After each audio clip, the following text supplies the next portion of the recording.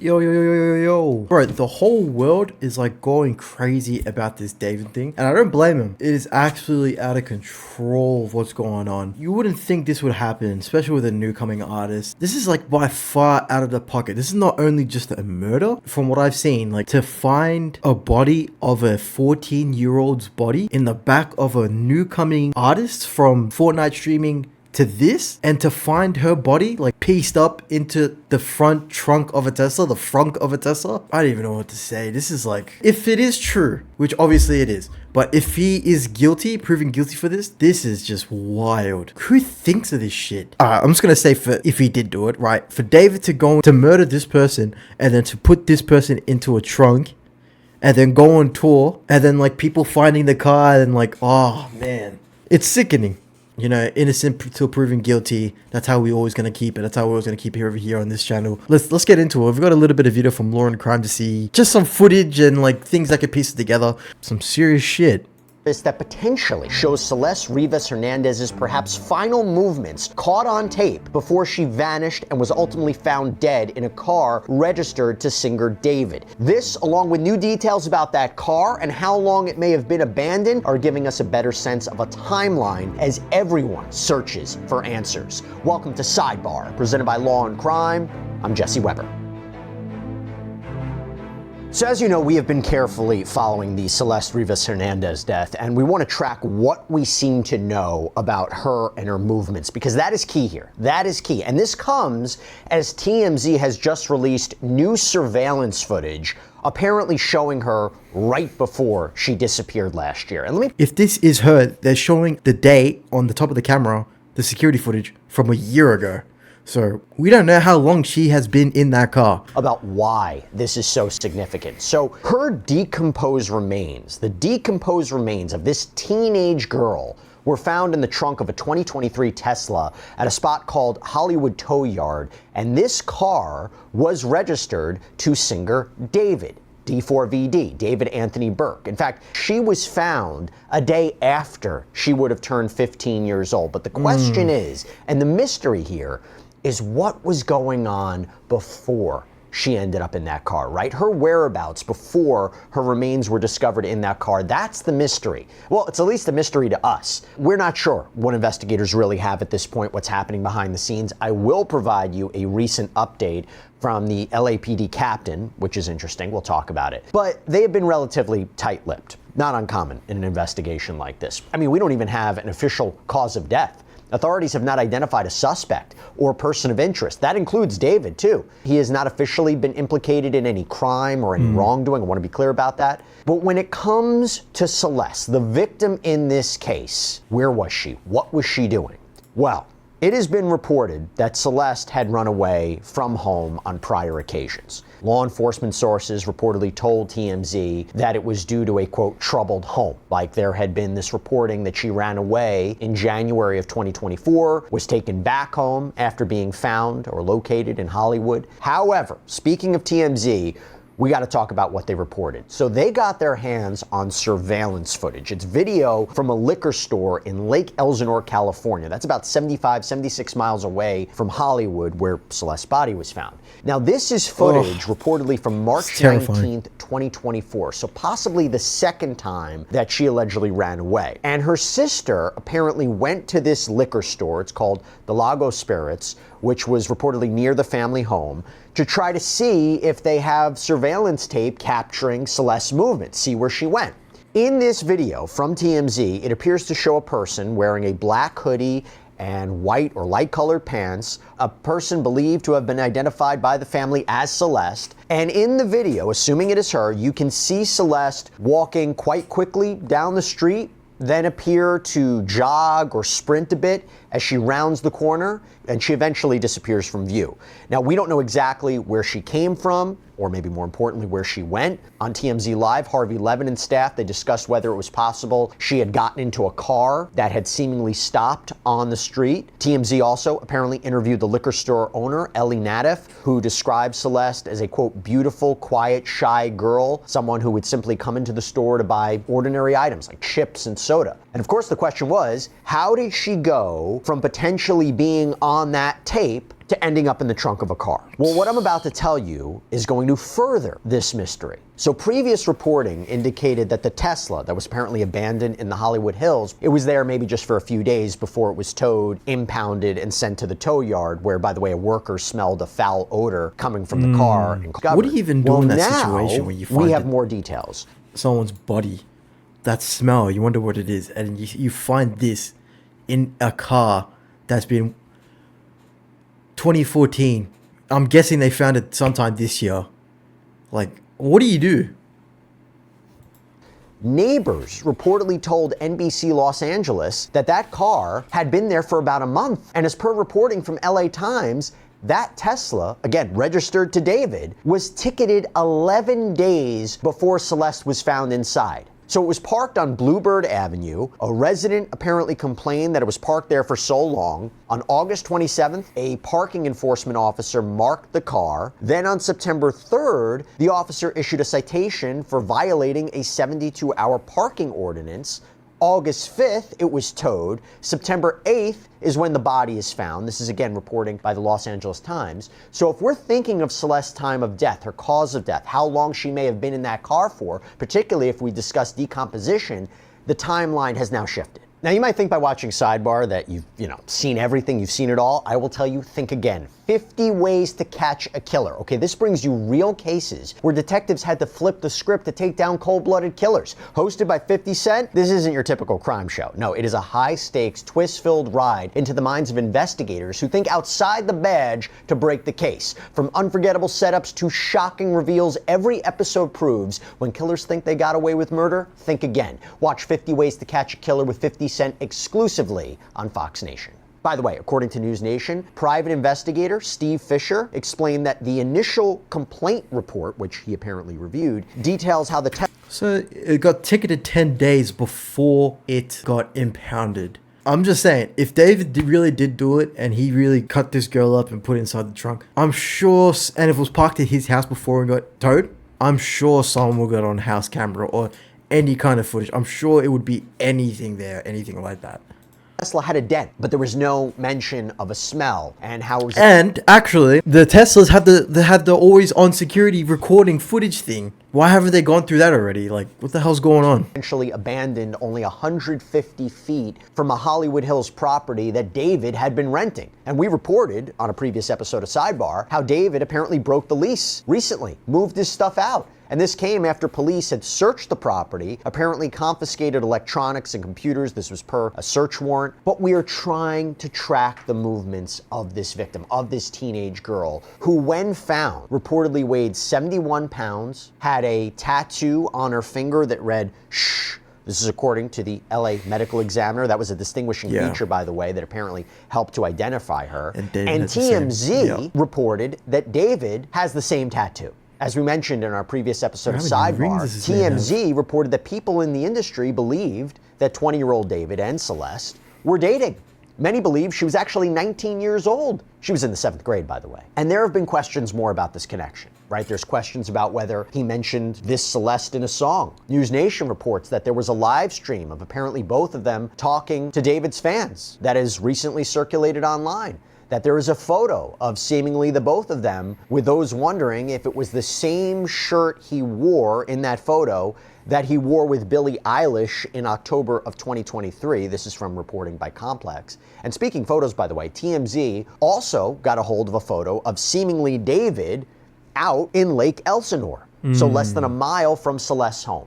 And by the way, authorities haven't officially identified a connection between David and Celeste. As I said, they've been very tight-lipped. All we know is that they're continuing to investigate. It was reported earlier on that David had been cooperative with authorities. He has since canceled his Withered tour. He's delayed release of his album. But in an exclusive interview with People magazine, an LAPD commanding officer would not confirm whether David was cooperating with the investigation or not. Here's what he would say. So LAPD Captain Scott M. Williams told People, "We know for sure that Celeste Rivas Hernandez died and someone placed her body in the front trunk area of David Burke's Tesla.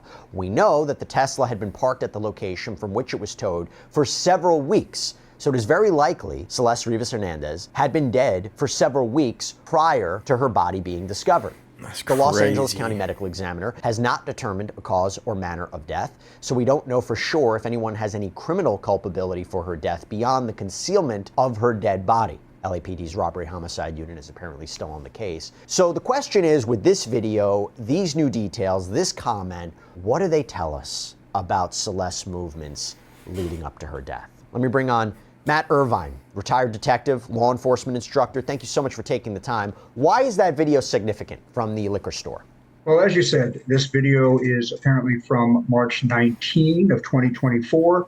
We know that Celeste went missing, reported missing the day before that.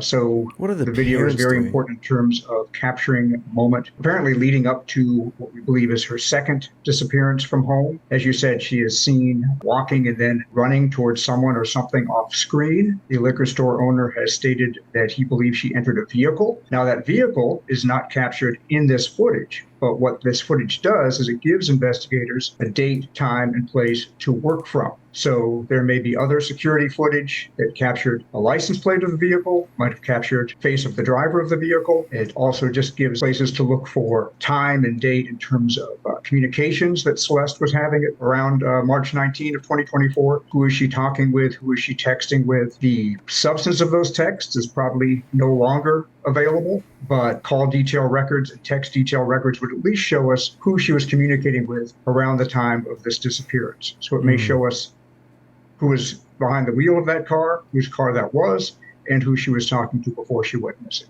What did you mean by the content? We might not know the content of the messages anymore.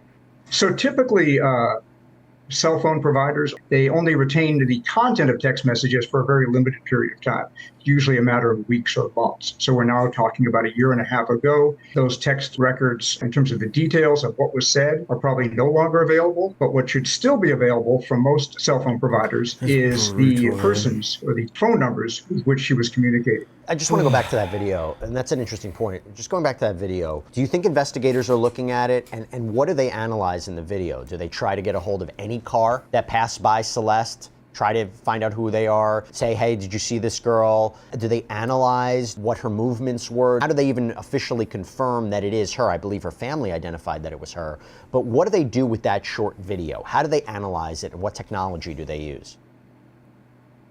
So it's probably unlikely that anybody a year and a half later is going to have a specific recollection of seeing a car going by or a person going by simply because it wouldn't have meant anything to them at the time. However, again, this security footage, while this camera doesn't capture the license plate or the vehicle or the face of the driver, it doesn't mean that there aren't other nearby security cameras.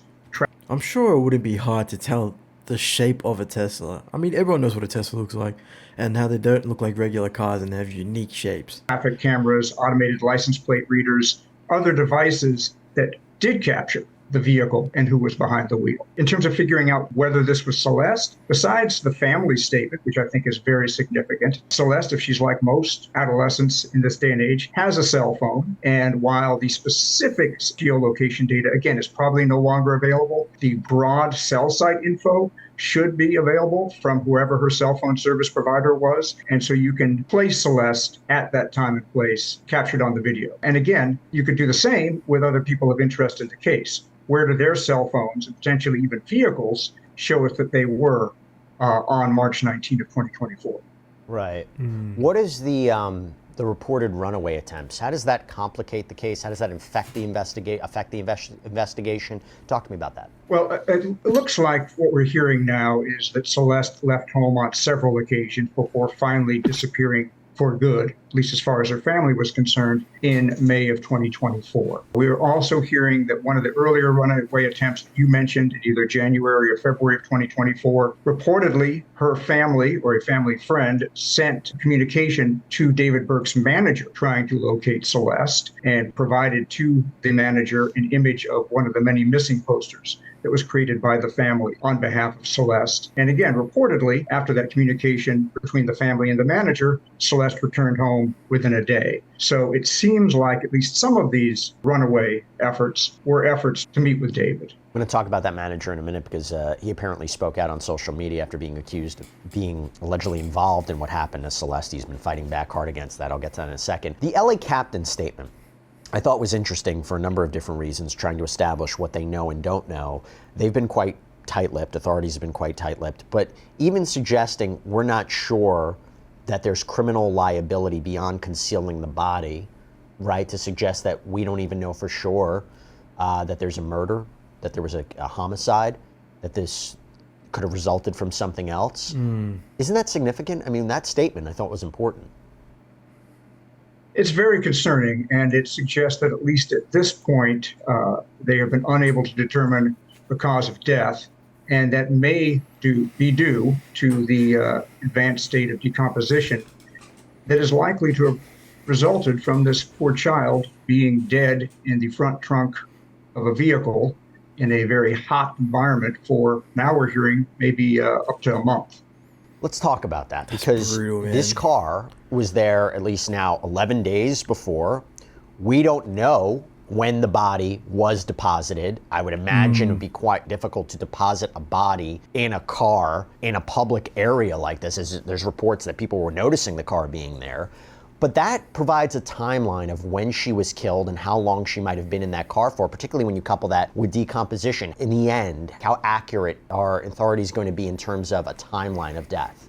Well, again, as you said, we don't know for sure when she was placed in the front trunk of that vehicle, but we're now hearing it could have been as far back as early August of this year or a month or so before she was discovered. That's consistent with some of the reporting that we're hearing in terms of communication Celeste was having with friends, which appear to have stopped sometime in late July or early part of August of this year. So it is quite likely that that is when this child's life ended. The fact that she's been reported as weighing only 70-something pounds upon her autopsy, I think is significant. This is a child, again, according to the missing posters, that weighed about 120 pounds or more when alive. So that suggests that she's been deceased for a while, and that significant decomposition occurred before she was found.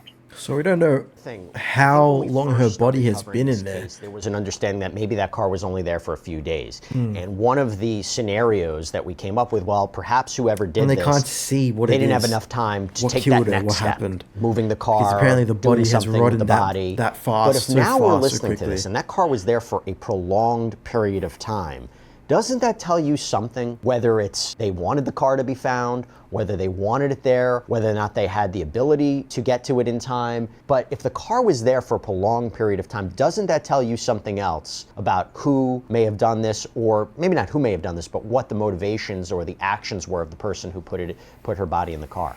Well, what it does suggest is that the car was abandoned in this Los Angeles neighborhood at about the same time that David Burke's tour schedule would have made him... Yeah, let me add that, because a CNN reported that he began his tour in early August, was even set to go overseas to Europe next month. That's been canceled. It was interesting because TMZ reported that he had a San Francisco show at the end of July, with the official tour starting reportedly August 5th in Del Mar. So there, I think, is the timeline there. Talk to us about it. Well, again, those early tour dates were all in West Coast cities, in places where he could presumably get back to Los Angeles without a great deal of trouble. It's about August 15th, and for a couple weeks after that, that he's pretty solidly in the eastern part of the U.S., in Canada, and I think one or two Midwest states. All of those locations with pretty much back-to-back tours, that is pretty much every night, would make it very difficult for David Burke to return to the Los Angeles area.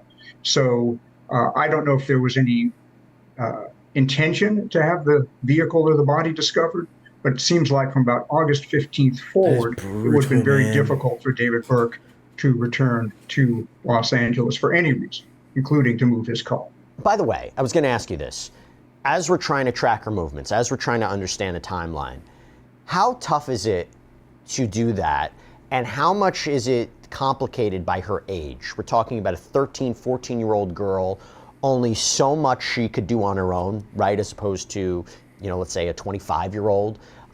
When you were trying to track her movements, does that complicate it for investigators? It may, in the sense that, as you said, she's a child. She doesn't have all the sort of trappings of adulthood around her.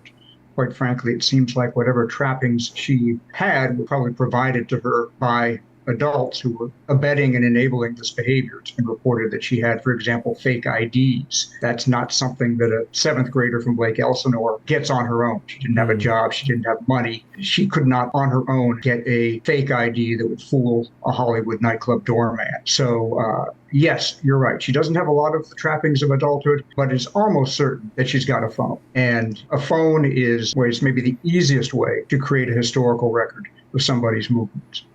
You want to go back to the manager. So this is being reported by LA Magazine that David's manager, Josh Marshall, has gone on the defensive on TikTok after people have accused him of being involved with what happened to Celeste. So apparently, after a private investigator came out and said that there is this, and you referred to it before, this 2024 email that people had told Marshall that Celeste disappeared and was with David, that he never responded to that email. The manager never responded to the email. Now, Celeste apparently did return the next day, but again, it seems this has led people to make accusations, with an account believed to be Marshall responding online to all of this. How dare you say something like this with no facts? He elaborated further in a detailed statement. This has been a tough time for my family as I am a father of 3 children. I receive no emails and I'm no one's roommate. I live full-time at home with my wife and kids. My daughter is 14 and this news is affecting so many lives. I never received any emails. I had zero knowledge of anything and I don't live in California. Also, I work remotely 95% of the time and my job doesn't require me to have much interaction with any of my clients / David, as there are many others that work with him on a day-to-day capacity, not me. This news is tragic for so many and for her family. I hope the proper authorities get to the bottom of it soon. Let me remind people, a lot of this is speculation and alleged. In the meantime, I'm with my family, helping them emotionally get through the news of this tragedy. Please report on factual information. And regarding whether he ever drives a Tesla, I have no cars registered in my name in California, nor have any of my cars been in that state. Please use facts with supporting evidence when making comments. What are your thoughts on that statement? And also just generally, how much can the public help or hurt an investigation? Those are really important questions. The manager is certainly correct that there's a lot of reporting in this case that is unverified. So much of the information on this case is circulating on social media and on sites that do not engage in rigorous fact-checking. That said, as this case has drawn more attention, there is more reporting now from institutions like the LA Times, like NBC, that do engage in pretty rigorous fact-checking and make a point of verifying information before they publish it. As to what he knew and when he knew it and whether or not he received this communication, that's exactly why search warrants exist. And I imagine that in addition to the search warrant on the residence that's been widely reported, that the LAPD has done search warrants to telecommunication companies, to internet service providers, to social media companies, to try to follow the electronic trail in this case. We're going to stay on top of it. We're going to continue to follow it, see what happens.